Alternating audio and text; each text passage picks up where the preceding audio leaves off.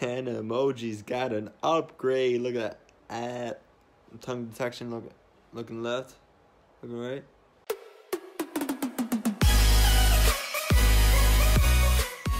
Literally a week before WWDC 18, where they announced and released the beta versions for iOS 12, watchOS 5, tvOS, and macOS Mojave.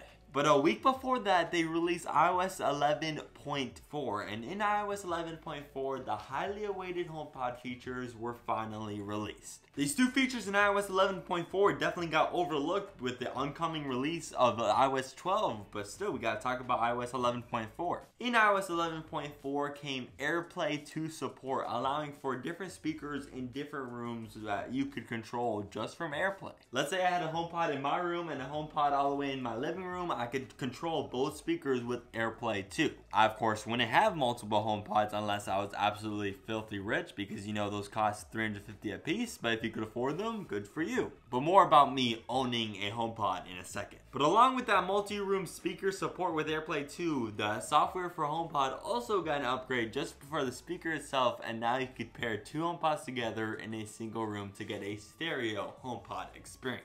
As we should note that the HomePod has the best sound quality out of any other smart speakers, so why not just pair two of them to make it an incredible experience? When Apple was announcing the HomePod, they definitely talked about making a stereo pair, but it wasn't available at launch, so was AirPlay 2. So that's why they finally got to it and released the software 3 months later in iOS 11.4, right before iOS 12. And while we're on the topic of HomePods, I'd like to announce I'm getting a HomePod tomorrow, and I'm going to make an unboxing video of the HomePod directly on this channel tomorrow, so stay tuned for that. But the whole main focus of this video is iOS 12, as it should be, since it just got released and it's a major software release for iPhones.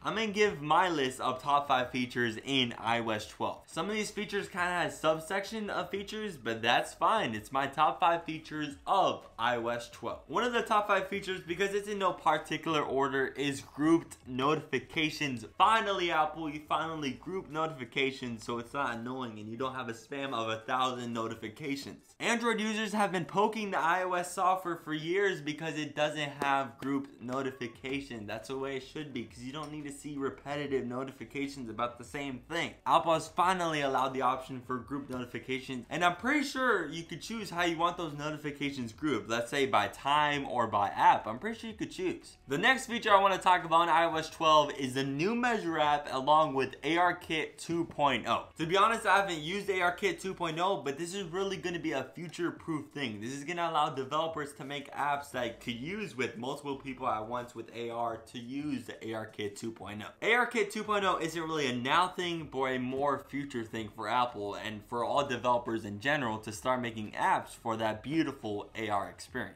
AR definitely has a long way to go before we reach its potential, and we've barely started the climb yet, and ARKit 2.0 is going to help us lead us there. The second part of this feature is a whole brand new Apple Measure app, which I think many people are going to find this useful. Is it that accurate? No, but it's almost accurate. It's almost precisely accurate, by the way. The Measure app pulls up an AR view of the real world and just measure things how you want it. So let's say you want to measure a piece of paper, you could measure a piece of paper. If you want to measure your iPad, you could measure your iPad. And this is just another utility thing to add to your phone, such as, like, you know, you already have the camera, the flashlight, and take notes and just play apps, and when you watch entertainment, there's many things you can do on your phone. And measuring things in the real world is just another utility feature that Apple has taken with iOS 12. The next feature definitely has two ends of the spectrum. People who absolutely love Animoji and people who absolutely don't use it at all. Recently with my iPhone X, I've been finding myself not using Animoji that much because honestly, it didn't really use my face tracking that well. All it truly tracked was my face movements entirely and kind of my eyebrows. That's it. It didn't track my eyes. It didn't track if I like smiled or my tongue. But now in iOS 12, Animoji has gotten a complete refresh, which means I'm probably going to use it a lot more. Now with Animoji kind of, let's say 2.0, it has eye tracking. So if you look to the left or right or up and down, it tracks that. If you move your head across and your eyes stay staying still, it tracks that. If you smile, if you go ah, it tracks that. And it even goes as far as to having tongue detection in Emoji 2.0, because when I gave people my iPhone X to try Emoji, they were always like, and it's like it wasn't popping up, but now it does. The funny thing is, Apple didn't even leave the Emoji 2.0 right there. They also added 4 new Emoji. They added a T-Rex, a lion, a ghost, and a koala. Wow, all of that off of the top of my head. But they also added Memoji, so you can customize your very own emoji, and it's completely better than the Samsung S9 AR emoji. Yes, I found out the name of that. But to be honest, and I'm not trying to hate on the Samsung S9, but the AR emoji looks creepy and ugly. But the Memoji on the iPhone X actually looks good, and actually looks like ew. I don't know how well I created my Memoji, but I'm definitely gonna use Emoji more with this new Memoji feature, because I'm just gonna send me's everywhere with myself winking to people, me with this eye tracking, my face smiling, the shock. This is really getting good. This is definitely how Emoji should have been coming out, but Apple, I guess, wasn't prepared for that. But now they got all this 3D data, and they definitely improved it with iOS 12. And the next feature in iOS 12 is the revision to the Stocks app and the Voice Memos app. This new little UI revision isn't going to be seen by many, but for me, it looks good. I'm definitely going to be looking at the Stocks app more, especially since I'm getting a little bit into finance. And along with that fresh new UI improvement on the Stocks app of just the prices overall looking fresh, you also had the latest financial news right in the app. So the Stocks app, A+. And notice how I can't bend my finger. Pretty nice. So only for the next 2 weeks, hopefully. And not to get over mentioned in this 4th feature of iOS 12 is the new UI revision to the Voice Memos. It's just looking very simple and clean, and it looks like iOS 12 and 11. It's just got this whole feeling to it. And the last app to get a new UI revision to it is the new named Apple Books. And Apple Books is just getting that whole new iOS 12 feel. It's all this like circle edge, and it looks good. And the last feature that I love in iOS 12 is the new screen time feature, along with the do not disturb at nighttime. With iOS 12, Apple is definitely giving you all the information for you to be completely aware of your phone usage now in 2018, because people are practically addicted to their phones. Apple gives you the amount of times you've picked up your phone, amount of time that you spent on it. It gives you app limits, the limit of time you could spend on an app. It gives you notification for each app. It's giving you a ton of information so you can make your own personal choice on the amount of time you use with your phone. And also going along with this whole Apple making you aware of your phone usage, you have do not disturb but at nighttime now. So that allows you to not get any notifications when you're sleeping, so you don't have to look over and look at your phone. And now with those group notifications, you don't have to look at that, and it's just a nice black screen looking nice. And especially with the iPhone X OLED, ooh,